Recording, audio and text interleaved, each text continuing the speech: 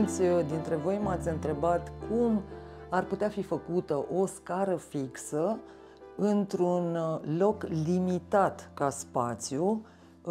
Mulți oameni au acele trape către pod cu niște scări care se pot trage din pod, doar că le-ar conveni să aibă o scară fixă ca să nu mai tot acționeze scara respectivă.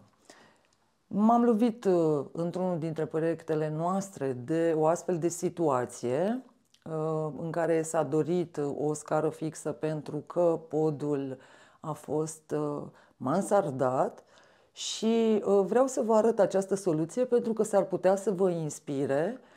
Aici erau foarte multe limitări pentru că spațiul este mic. Avem și o ușă, deci trebuia să concepem scara fixă până în acest gol de ușă și mai trebuia să lăsăm și spațiu în spatele ei pentru că acolo era o zonă de mobilier.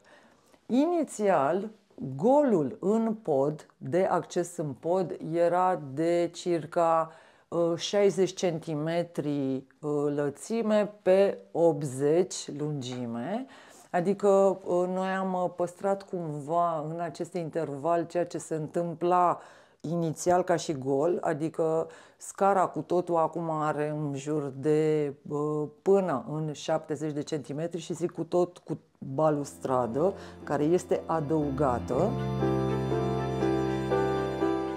Un alt aspect interesant este că această scară fixă este sprijinită prin propria greutate pe pardoseală, adică nu am mai făcut prinderi în pardoseală pentru că aici exista deja finisaj cu gresie, iar ea este prinsă doar în partea superioară și în lateral de gol, astfel încât ea să fie cât mai stabilă și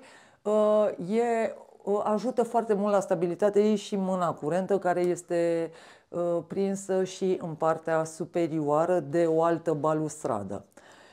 Care a fost soluția pentru această scară? Un unghi de înclinare foarte abrupt, astfel încât desfășurarea pe lățime, ca să zic așa, din spațiul pe care îl ocupă să fie cât mai mică. După aceea a fost necesar mărirea acestui gol inițial și am ajuns la un gol de 1 metru pe 1 metru. De ce? Vă explic de ce este necesar. Pentru că la un moment dat, când urci pe scară, scara are loc și va avea loc, dar important este să aibă loc omul și atunci este la acest capitol necesar ca pe lângă scară, accesul pe verticală datorită înălțimii noastre să existe, deci să putem să urcăm, să avem loc. Deci nu e suficient să luați în calcul doar golul pentru scară efectiv, ci și pentru omul care urmează să folosească scara. Și de asemenea un secret este la capitolul treptelor și merită să vă arătăm din alt unghi despre ce anume este vorba, pentru că treptele sunt altfel așezate și nu întâmplător.